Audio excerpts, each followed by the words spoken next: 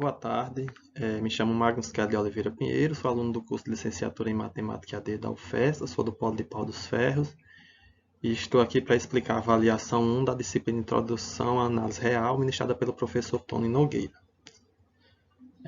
Para iniciar, nós vamos responder a seguinte questão. Seja A e B subconjuntos de um conjunto fundamental E, mostrar que o complemento do complemento de A é igual a A, certo? A nossa demonstração começa da seguinte forma. Dado um x, elemento desse conjunto, que pertença ao complemento do complementar de A, isso só será possível se, somente se, x não pertencer ao complementar de A. Isso pela definição de complementar. Isso também só será possível se, somente se, x pertencer ao complementar de A, isso por negação, certo? Então, se isso ocorre, isso quer dizer que x não pertence a A. Isso aí já é pela definição de complementar, como está exposto aí. Então, por negação, mais uma vez, x pertence a A. Por dupla negação, por negação dupla, x vai pertencer a A. Então, logo, isso implica em dizer que para todo x, com x pertencente ao complementar do complementar de A, vai existir um x pertencente a A. Ou seja, x só vai pertencer ao complementar do complementar de A se, somente se, x pertencer a A. Então, isso quer dizer que o complementar do complementar de A é igual a A, certo? Como queríamos mostrar. Outra forma de ver isso é da seguinte maneira. De fato, tomando um x pertencente ao complementar do complementar de A, isso equivale a dizer que x não pertence ao complementar de A. Isso é equivalente a dizer que x pertence a A. Certo? Se x não pertence ao complementar de A, isso quer dizer que x pertence a A. Isso por definição de complementar. Por quê? Porque se x não pertencer a A, então x deve pertencer ao complementar de A, o que não ocorre. Então, mostrando dessa forma o que queríamos, certo? Agora, a mesma questão pede para mostrarmos que o complementar da intersecção entre A e B é igual à união dos complementares de A e dos complementares de B, certo? A demonstração dessa igualdade vai ocorrer tanto na ida quanto na volta. Então, sejam um conjunto M, vamos definir aqui para facilitar a explicação da demonstração, seja M igual ao complementar da interseção entre A e B e N igual à união dos complementares de A com B, de A e B, perdão, e também seja x um elemento arbitrário de M, então x pertence a M. Se x é um elemento arbitrário de M, x pertence a M. O que implica em dizer que x pertence ao complementar da interseção entre A e B, certo? Logo, x não pode pertencer à intersecção entre A e B. Se ele pertence ao complementar da interseção, ele não pode pertencer à intersecção. Isso pela definição de complementar, certo? Isso implica em dizer, então, que x não pertence a A, certo? Ou então x não pertence a B. Isso ainda pela definição de conjuntos. Logo, isso implica dizer que x pertence ao complemento de A ou x pertence ao complemento de B. Certo? O que implica em dizer, então, que x pertence à união dos complementares de A e B. Certo? O que implica em dizer, então, que x pertence a N. Se x pertence à união dos complementares de A com B, x pertence a N. Isso mostra a ida da nossa demonstração. Ou seja, M está contido em N. Ou, melhor, o complemento das interseções entre A e B está contido na união dos complementares de A e B. Certo? Dessa forma, nós provamos a ida da nossa demonstração. Agora, vamos mostrar a volta. Certo? Novamente, considere agora um y, um elemento arbitrário de N. Então, isso implica dizer que y pertence a N. Consequentemente, implica dizer que y pertence à união dos complementares de A e B, né? Então, se y pertence à união desses complementares, isso quer dizer que y pertence ao complementar de A ou y pertence ao complementar de B, certo? Se y pertence ao complementar de A ou se y pertence ao complementar de B, isso implica dizer que y não pertence a A ou y não pertence a B, pela definição de complementar, certo? O que implica em dizer, então, que y não vai pertencer à interseção desses elementos, certo? Se y não pertence à interseção desses elementos, isso aí pela definição de conjuntos, né, da união, da interseção de conjuntos, então y pertence ao complementar desses elementos, certo? Se y pertence ao complementar desses elementos, então y pertence a M. Se y pertence a M, isso implica dizer que N está contido em M, provando assim a volta da nossa demonstração, como queríamos, certo? Agora, combinando a ida e a volta, nós obtemos que M é igual a N. Ou seja, isto implica em dizer que o complementar de A intercedido a B é igual ao complementar de A unido ao complementar de B, certo? Da forma que queríamos mostrar, né? Outra forma de demonstrar isso é demonstrando a ida. Para demonstrar a ida, nós temos que demonstrar que o complementar de A interseção B está contido na união dos complementares de A com B, de A e B, perdão. Então, seja x pertencente ao complementar da interseção de A e B, ou seja, x não pertence, se ele pertence ao complementar da interseção, ele não pertence à interseção. Isso pela definição de complementar. Logo, x pertence ao complementar da interseção. Se x não pertence à interseção, ele deve pertencer ao complementar.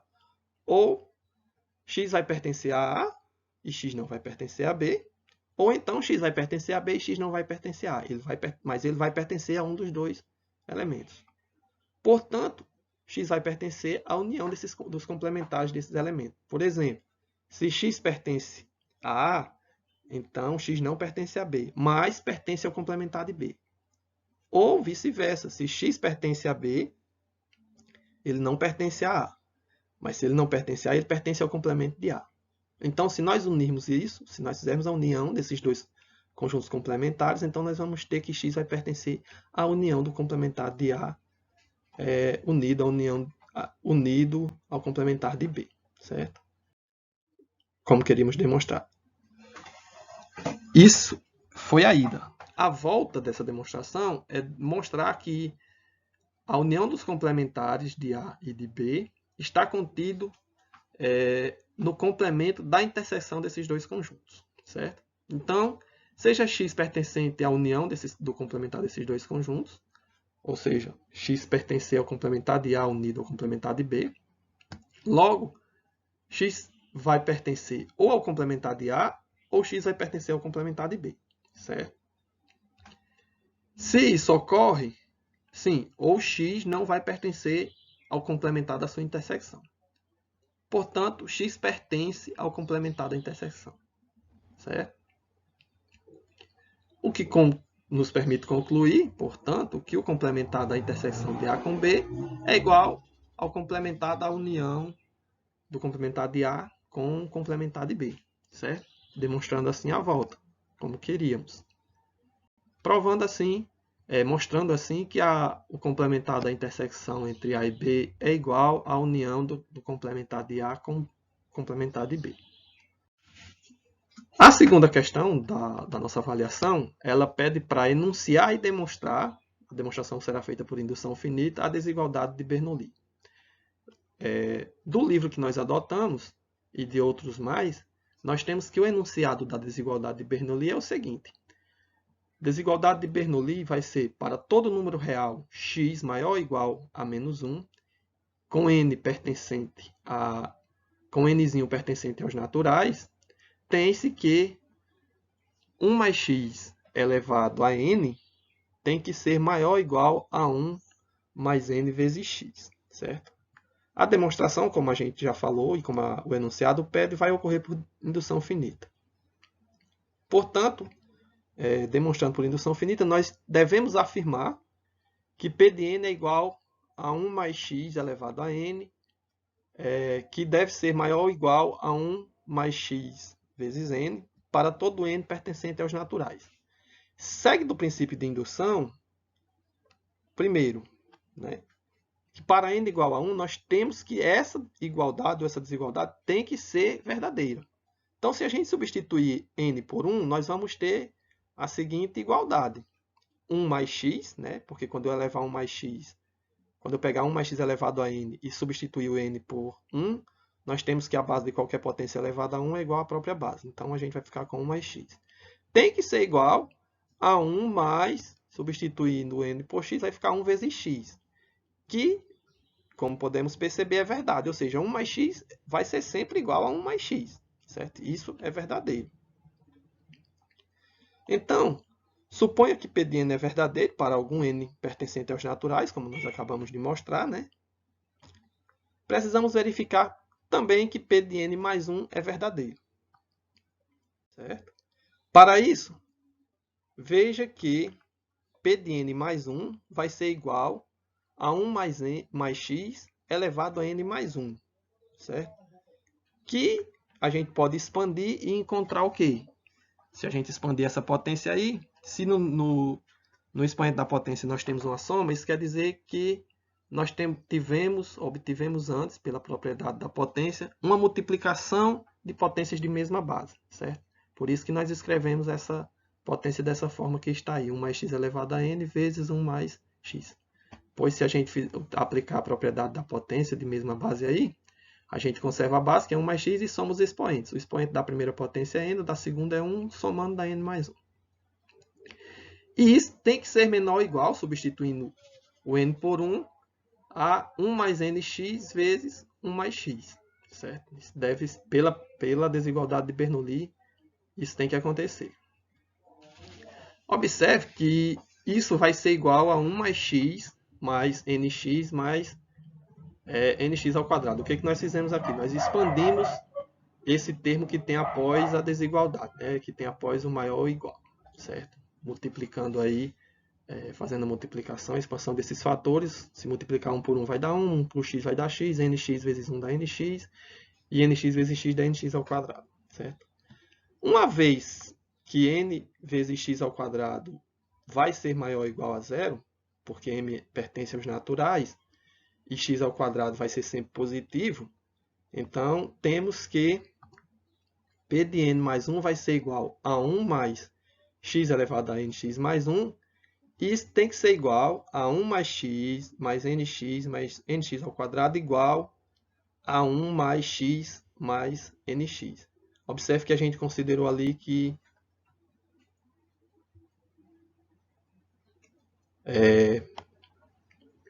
a gente passou o nx para o outro lado da expressão, certo? Então, segue que nx mais 1, P de n mais 1 vai ser igual a 1 mais x elevado a n mais 1, que vai ser maior ou igual a 1 mais 1 mais n vezes x. O que a gente fez aqui? Vamos lá, voltar aqui. Certo? O que a gente fez aqui? A gente expandiu os termos anteriores e isolou n mais 1, certo? Botando o x em evidência, o que nos deu esse resultado aí, certo? Lá no passo anterior. Logo, isso é verdadeiro, né? Portanto, fica assim provada a desigualdade de Bernoulli, né? Como a gente queria, certo? Qual a próxima questão? A próxima questão é a questão 3, e ela pede para demonstrar por indução finita que a soma desses números aí elevado ao cubo seja igual a n ao quadrado sobre 4 vezes n mais 1 ao quadrado. Isso para todo n pertencente aos naturais, certo? Como a questão pede, a demonstração vai ser por indução finita, o passo básico, como a gente sabe, é fazer n igual a 1. E esses resultados têm que ser iguais, certo? Então, observe aí que se a gente fizer n igual a 1, a gente vai ter que, no primeiro lado, 1 ao cubo. 1 ao cubo é sempre 1, não é isso? Do segundo lado, substituindo n por 1, a gente fica com 1 ao quadrado sobre 4 vezes Bem, então, como a gente pode perceber, 1 ao quadrado sobre 4 vai dar 1/4, não é isso? Porque 1 ao quadrado é 1, dividido por 4 dá 1/4. Vezes 1 mais 1 é 2, elevado a 2 dá 4. Então, 1/4 vezes 4 é o mesmo que 4 sobre 4, que também é 1. Logo, o passo base é que é verdadeiro, não é isso? O segundo passo, o passo indutivo, é o seguinte. Se a fórmula é verdadeira para n igual a k, ou seja, para qualquer n, então deve ser verdadeira também para n igual a k mais 1. Certo? Então, disso nós temos a seguinte hipótese indutiva. Se substituindo, se n é igual a k, então a gente substitui n por k, a gente tem que... a expressão vai ficar dessa forma que está aí, né? 1 ao cubo, mais 2 ao cubo, mais 3 ao cubo, mais n mais k ao cubo, né?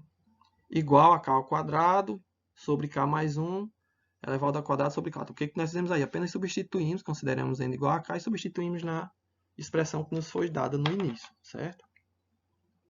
A partir daí, a gente vai ter que demonstrar o quê? A gente vai ter que demonstrar que k mais 1 ao cubo, né? Já que n é igual a k e n é igual a k mais 1, então k é igual a... e n é igual a k mais 1, então a gente tem que acrescentar um termo dos dois lados da expressão, certo? Então, a gente fica com essa expressão aí, né? O que eu fiz? Eu adiantei k mais 1 termos na expressão inicial e, como n é igual a k mais 1, substituindo n por k e n por k mais 1, nós ficamos com essa expressão aí. Observe que aonde tem n ao quadrado, eu substituí por k mais 1, então ficou k mais 1 ao quadrado. Dentro do parênteses, a gente tem n mais 1. Como n é igual a k mais 1, se eu substituir o n por k mais 1, eu vou ficar com k mais 1, que é igual a k mais 2. Isso nos dá essa expressão que tem aí, certo? Nós sabemos que essa expressão de cima é igual a essa daí. O que eu fiz aí? Eu expandi essa expressão de baixo, certo? Na realidade, como eu acrescentei k mais 1 na expressão de cima, na expressão da esquerda, eu também tive que acrescentar k mais 1 na expressão da direita, certo? Essa expressão aí, k ao quadrado vezes k mais 1 ao quadrado sobre 4, ela é idêntica a essa outra expressão de cima. O que eu fiz ali? Apenas eu uni os termos e se você expandir esse termo aqui, você vai encontrar o mesmo termo lá de cima, certo? Então, expandindo k mais 1 ao cubo ali, aplicando a propriedade das potências de mesma base, nós ficamos com k mais 1 vezes k mais 1 ao quadrado, certo? Foi simplesmente o que eu fiz nesse passo aí. Agora, fazendo o mínimo, nós obtemos isso aí, né? Quando eu fiz o mínimo lá atrás, eu vou ter que multiplicar k mais 1 vezes k mais 1 ao quadrado por 4, e todas as expressões vão ficar com 4 no denominador, certo? Agora, o que eu fiz aqui? Nesse passo, eu pus k mais 1 ao quadrado em evidência. E também, onde tem 4 vezes k mais 1, eu multipliquei. Então, o que sobra? Botando k mais 1 em evidência, no primeiro membro na primeira fração, aí sobra k ao quadrado. Na segunda, sobra 4 vezes k mais 1, que quando eu expando, fica 4k mais 4. Então, pondo k mais 1 ao quadrado em evidência, eu obtenho essa expressão aí, certo? Conservando k mais 1 ao quadrado, observe que esse segundo parênteses, onde tem k ao quadrado mais 4k mais 4, ele nada mais é do que um quadrado perfeito, certo? Que pode ser representado da forma k mais 2 ao quadrado, tá bom? Mostrando assim o que nós queríamos lá no início, né? Que é mostrar que aquela igualdade era igual a essa daí, certo? Ficando demonstrado assim a alternativa A. A alternativa B pede para demonstrarmos por indução finita o quê? Que 3 elevado a n menos 1 é divisível por 2. Isso para todo n pertencente aos naturais.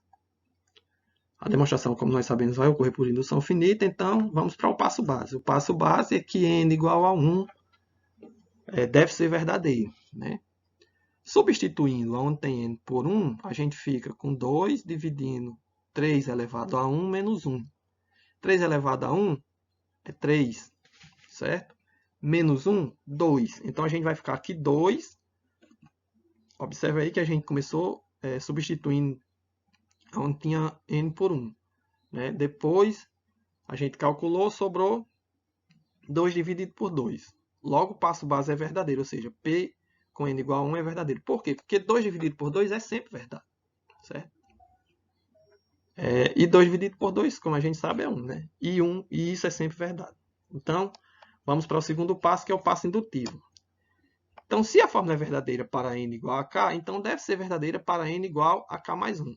Certo? Mais uma vez, vamos considerar n igual a k e também vamos considerar que n é igual a k mais 1. Nossa hipótese indutiva é a seguinte, de que, como n é igual a k, a gente substitui o n por k, de que 2 divide 3 elevado a k menos 1.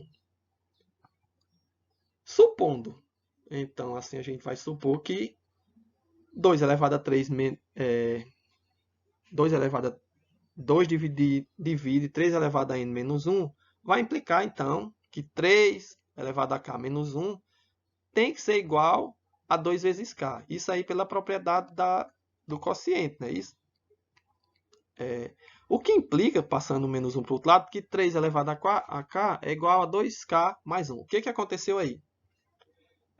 Existe uma propriedade que diz que um número deve ser igual, a divisão de um número deve ser igual a 2 vezes um k qualquer, um n qualquer, certo? Que é o resto da divisão. Ok?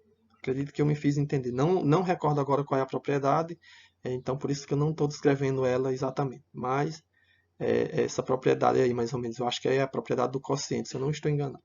Certo? Então, a gente tem que mostrar, o nosso objetivo aqui então é mostrar que 2, como n é igual a k mais 1, que 2 divide 3 elevado a k mais 1 menos n. Certo? Ou seja, que 2 divide 3 elevado a k menos 1, o que implica que 3k mais 1 menos 1 tem que ser igual a 2k. Isso aí pela propriedade da divisão que eu falei lá atrás, né? Então, a gente sabe que 3k mais 1 menos 1 é igual a 3k vezes 3 elevado a 1 menos 1. Isso aí, a gente expandiu esse 3k mais 1 pela propriedade das potências de mesma base, certo? Foi simplesmente o que a gente fez aí. Então, da suposição que a gente fez lá atrás, a gente pode reescrever isso como? Lembrem-se que 3k era igual a 2k mais 1. Então, substituindo ali em cima 3k por 2k mais 1, a gente fica com essa expressão aí. 2k mais 1 vezes 3 elevado a 1 menos 1. O que implica que que vai ser igual a 2k mais 1 vezes 3. Eu simplesmente resolvi a potência aí, né? 3 elevado a 1 é igual a 3.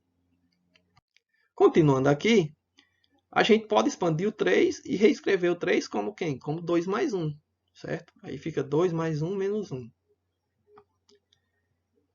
Que a gente expandindo essa multiplicação, aí dá o quê? Dá 2 vezes 2k mais 1, mais... Isso aí o que eu fiz? Eu multipliquei o 2 por 2k mais 1. E depois eu somei e multipliquei o 2k mais 1 por 1, que dá isso daí, menos 1, certo? Continuando aí, eu retiro esse 2k mais 1 do parênteses e fica... E conservo o restante. Fica 2 vezes 2k mais 1, mais 2k mais 1, menos 1. Resolvendo aí, eu elimino esse mais 1 com esse menos 1. Sobra 2 que multiplica 2k mais 1 mais 2k. Pondo 2 em evidência, eu obtenho 2k mais 1 mais k, que é igual a 2, aí eu somo os k, sobra 3k mais 1. Certo? E isso prova que P de n é válida. E se P de n é válido, então P de n mais 1 também é válido. Por quê? Porque nós mostramos aí que aquela nossa hipótese lá é de que 2 multiplica k. E esse k aí, no caso, é 3k mais 1, certo? Se 3k mais 1 é o nosso k, então isso mostra que a nossa proposição lá de que 2 divide 3 elevado a k mais 1 menos 1 é igual, certo? Portanto, pelo princípio da indução finita, né, temos que P de n é válida para todo n natural, da forma que queríamos mostrar. A quarta e última questão, ela é um pouco mais extensa, a resolução dela, certo? Ela pede o seguinte: mostre por meio de uma objeção com n que o conjunto dos naturais pares é inumerável. A solução dessa questão, ela vai exigir, vamos partir de um exemplo aqui, né? O exemplo mais simples do conjunto inumerável é o que serve de modelo para essa ideia, né? É o conjunto dos naturais, né? Conjunto n dos naturais. É fácil perceber, né, que o conjunto das partes de n, que são pares, que é o que pede na questão, é também um número enumerável, né? Sendo essas partes quem? 2, 4, 6, 8, todos os pares, né? Neste caso, é fácil ver que a função f dos pares em os naturais, dada por f de n igual a 2n, é bijetora, como afirma a seguinte definição, né? Um conjunto X é dito enumerável quando é finito, ou quando existe uma bijeção, f de n em X. No segundo caso, nós dizemos que X é dito infinito enumerável, que é a nossa situação aqui, certo? No entanto, para demonstrar o que é pedido aí, ou seja, para demonstrarmos que o conjunto dos naturais pares é inumerável, nós vamos demonstrar um teorema, certo? O teorema é esse aqui. Todo subconjunto de X contido nos naturais é inumerável. Ou seja, supondo que esse subconjunto de X é os números pares, e sabemos que os números pares estão contidos nos naturais, é inumerável. Então, se demonstrarmos que um subconjunto X contido em N é inumerável, nós demonstraremos o que a questão está pedindo, certo? Então, uma vez que sabemos que o conjunto das partes, né, que é o conjunto que a gente quer demonstrar que é enumerável, dos números pares é um subconjunto dos naturais, então essa demonstração aqui vai demonstrar o que a questão está pedindo. Ou seja, se X for um conjunto finito, então todo conjunto finito a gente sabe que é enumerável. Então não há nada para demonstrar. A demonstração se torna trivial, certo? Caso contrário, que é o nosso caso aqui, X não é dito finito, ou seja, o conjunto dos pares, dos números pares dos naturais não é um conjunto finito, como a gente sabe. Então, caso contrário, caso isso ocorra, enumeramos os elementos de X por X1 como sendo o menor elemento de X.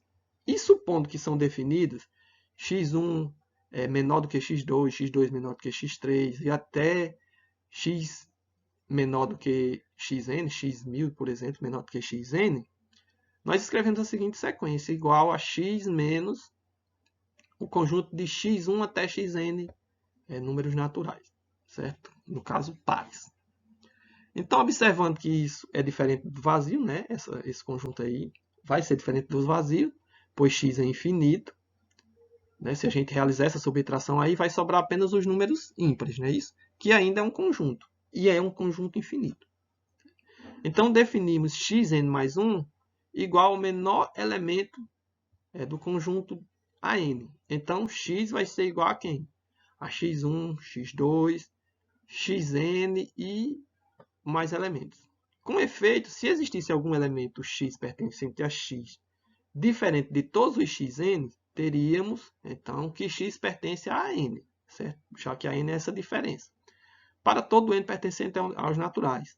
Logo, x seria um número natural maior do que todos os elementos do conjunto infinito x1, xn, como nós queríamos demonstrar. Ou seja, esse xn aí é um número enumerável, é um conjunto enumerável, certo? Se isso ali acontecesse, né, o que nós demonstramos que acontecesse, daí estaria contrariando o seguinte corolário, né?